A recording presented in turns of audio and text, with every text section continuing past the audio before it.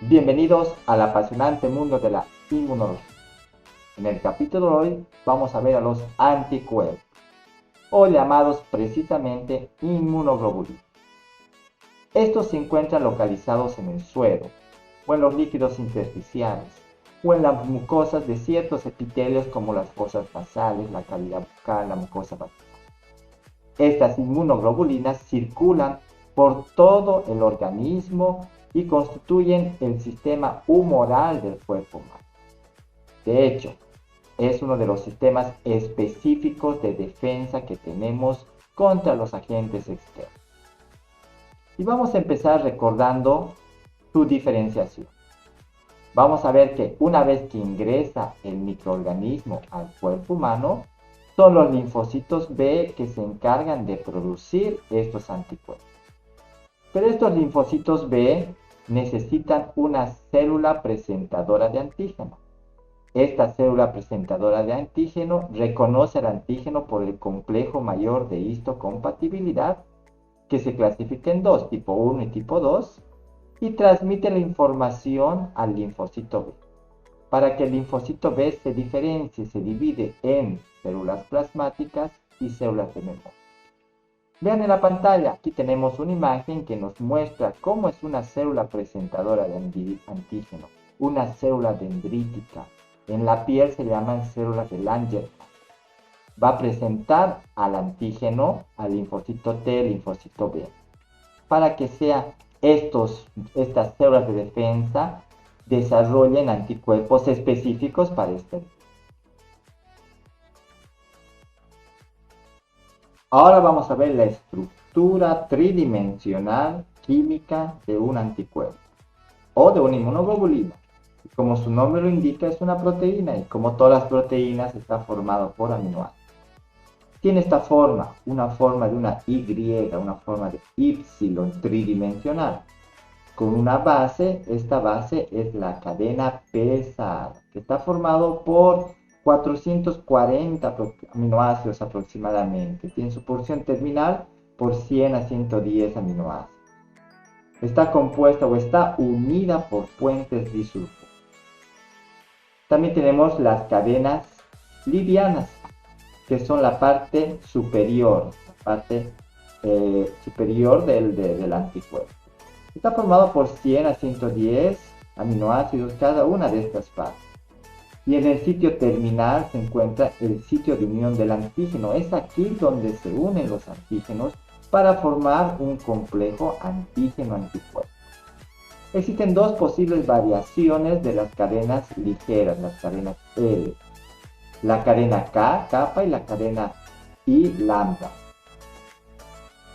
Como hemos podido ver, las cadenas H son muy importantes porque es la base de la inmunoglobulina.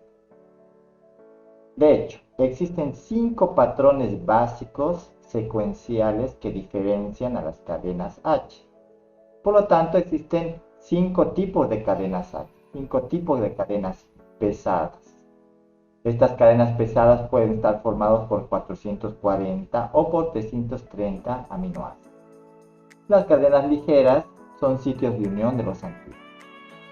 La cadena H le va a dar el nombre a los anticuerpos, a las inmunoglobulinas. Cada uno de los tipos de cadena pesada recibe una denominación a base de una letra griega y determina lo que se denomina clase o isotipo de una inmunoglobulina. Por ejemplo, si la porción C de la inmunoglobulina, es decir, si la cadena H de la inmunoglobulina tiene un padrón básico gamma, el anticuerpo se va a llamar IgG. Este está formado por 330 aminoácidos. Si tiene una cadena H con un patrón básico mu, el anticuerpo se va a llamar IgM. Está formado por 440 aminoácidos. Si tiene una cadena H con un patrón básico alfa, el anticuerpo se va a llamar IgA. Está formado por 330 aminoácidos. Si tiene una cadena, la cadena H, si tiene un patrón básico delta, el anticuerpo se va a llamar IgD y está formado por 330 aminoácidos. Si tiene un patrón molecular Y, el anticuerpo se va a llamar IgE y está formado por 440 aminoácidos. Ahora, cada inmunoglobulina tiene diferente estructura molecular y puede estar formado o solamente por una inmunoglobulina, dos inmunoglobulinas o 5 inmunoglobulinas. Por ejemplo, las IgM están formadas por 5 inmunoglobulinas unidas por sus cadenas pesadas. Las cadenas ligeras son sitios de unión de los antígenos. Es por eso que la IgM tiene gran capacidad de detección de antígenos. Esta estructura química molecular se llama pentámero. Las IgG, las IgE y las IgD tienen una estructura molecular monómera. Las IgA tienen una estructura molecular dímera, es decir, formado por dos anticuerpos unidos por sus cadenas pesadas. Cada inmunoglobulina tiene una característica. Por ejemplo, la inmunoglobulina IgG es una inmunoglobulina que encontramos en enfermedades crónicas o cuando el paciente tiene memoria inmunológica. Nos va a proporcionar una inmunología permanente. Existen 4 tipos o 4 subclases de IgG. La IgG G1, G2, G3, G4, que se diferencian de acuerdo a sus puntos, a sus números de fuentes, concentración y de acuerdo a su acción de opsonización y de activación del complemento. Son las que más se encuentran, la mayoría, en una concentración de 8 a 16 miligramos sobre ml y constituyen el 80% de las inmunoglobulinas totales. En el ser humano, las IgG1, las IgG3 y las IgG4 cruzan fácilmente la placenta. Es por eso que son las inmunoglobulinas que la madre durante el último trimestre del embarazo le da al feto por vía transplacental.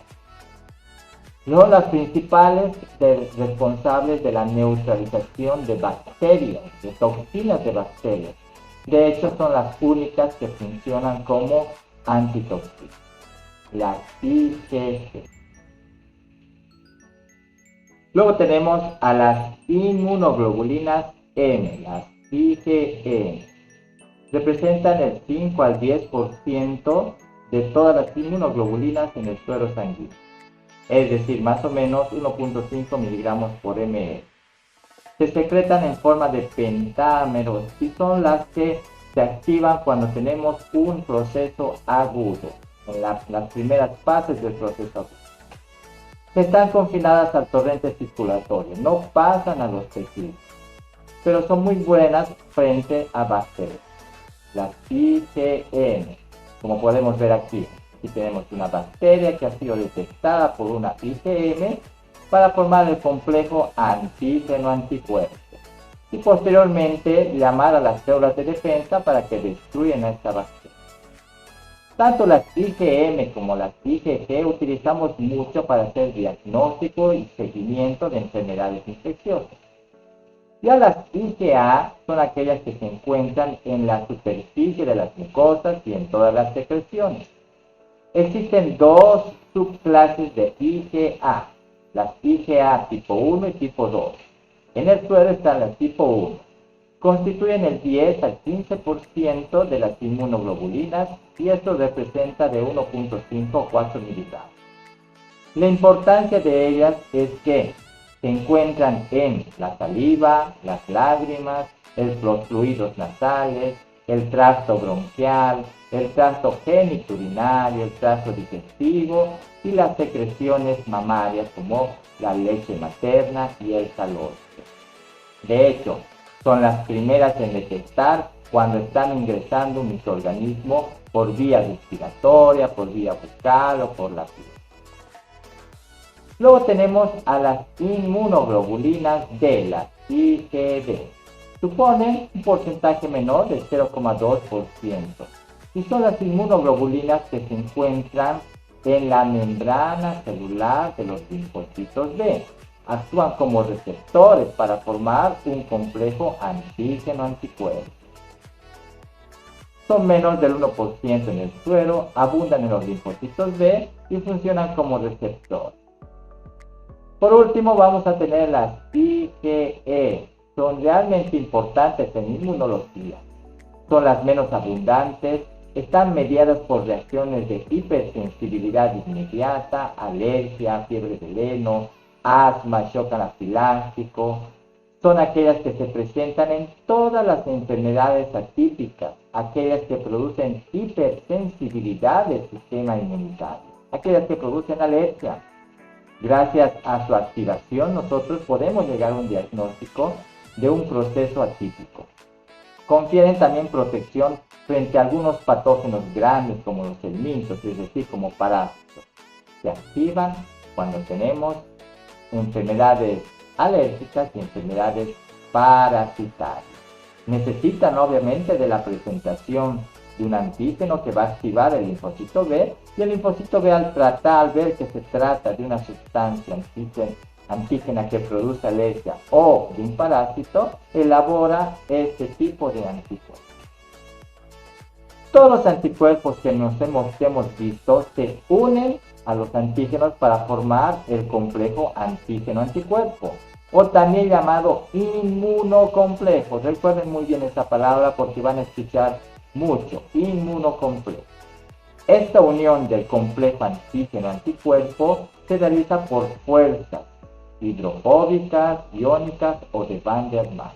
Y una vez que unen este complejo antígeno-anticuerpo, va a cumplir 4 tipos de acciones. Es decir, los anticuerpos no matan microorganismos, no matan sustancias antigénicas. Ellos producen 4 tipos de acciones: aglutinización, neutralización, opsonización y precipitación. Aglutinización, sobre todo moléculas grandes como bacterias, se reúnen alrededor del microorganismo para evitar que éste siga avanzando, produzca daño en el organismo. Neutralización, como por ejemplo contra los virus, se unen al virus y evitan que este avance se multiplique. Opsonización, en moléculas grandes, se adhieren a la superficie, los anticuerpos se adhieren a la superficie del microorganismo o de la molécula antigénica, y vienen los macrófagos, que son células especializadas para producir fagocitosis. O precipitación, sobre todo macromoléculas solubles, se unen al antígeno y los precipitan a fondo de los vasos sanguíneos o de tejidos. Los anticuerpos cumplen 4 funciones: aglutinización, neutralización, opsonización y precipitación. Esto es todo por hoy en el apasionante mundo de la inmunología.